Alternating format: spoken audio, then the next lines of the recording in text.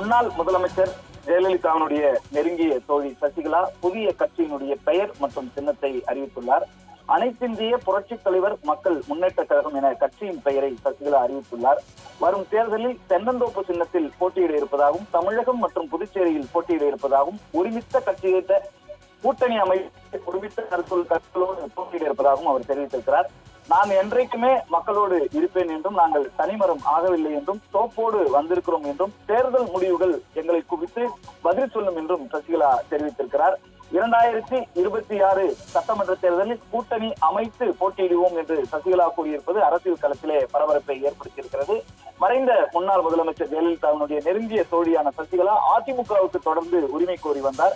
அந்த கட்சியில் இருந்து நீக்கப்பட்டாலும் தானே பொதுச் செயலாளர் என்று கூறி வந்த சசிகலா இது தொடர்பாக உரிமையியல் நீதிமன்றத்தில் வழக்கு தொடர்ந்து வந்தார். இந்த நிலையில் திடீர் திருப்பமாக புதிய கட்சியை அறிவித்திருக்கிறார். கருப்பு, வெள்ளை, சிவப்பு நிறங்களில் நடுவில் அண்ணா, எம்ஜிஆர், ஜெயலலிதா ஆகியோருடைய படங்கள் இடம்பெற்றுள்ள கட்சி கொடியை சசிகலா ஏற்கனவே அறிமுகப்படுத்தினார்.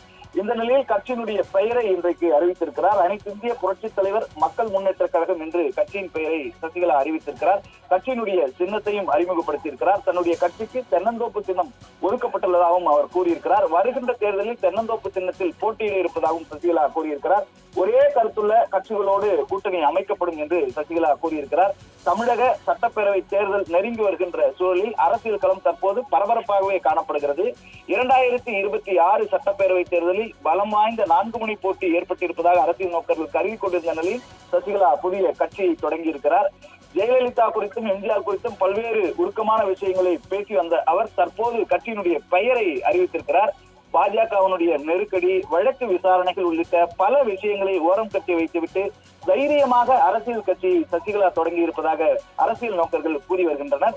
சசிகலாவை பொறுத்தவரை முக்குளத்தோர் சமூக செல்வாக்கு பெற்ற நபராக இருந்து வருகிறார். இந்த சமூகத்தை பிரதிபலிக்கின்ற தலைவர்களில் ஒருவராக சசிகலா இருக்கிறார். தென் மாவட்டங்களில் கணிசமான வாக்கு வங்கியில் தாக்கத்தை ஏற்படுத்த முடியும் என சசிகலா கருதுகிறார்.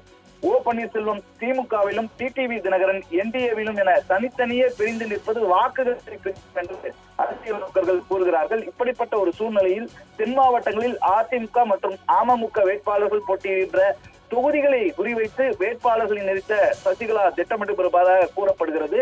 துரோகிகளை அவர் வீழ்த்த வேண்டும் என்பதற்காகவும், துரோகிகள் நிறுத்துகின்ற வேட்பாளர்களை தோற்கடித்து அரசியலில் தன்னுடைய செல்வாக்கை நிரூபிப்பார் என்றும், அவருடைய செல்வாக்கு சரியவில்லை என்பதை நிரூபிப்பார் என்றும் அரசியல் நோக்கர்கள் கூறி வருகிறார்கள். சமீபத்தில் கூட ராமதாஸை நேரில் சந்தித்து சசிகலா பேசினார். அவர் புதிய கூட்டணிக்கு ஏதும் அச்சாரம் போடுகிறாரா என்ற ஒரு கேள்வி எழுந்திருந்தது.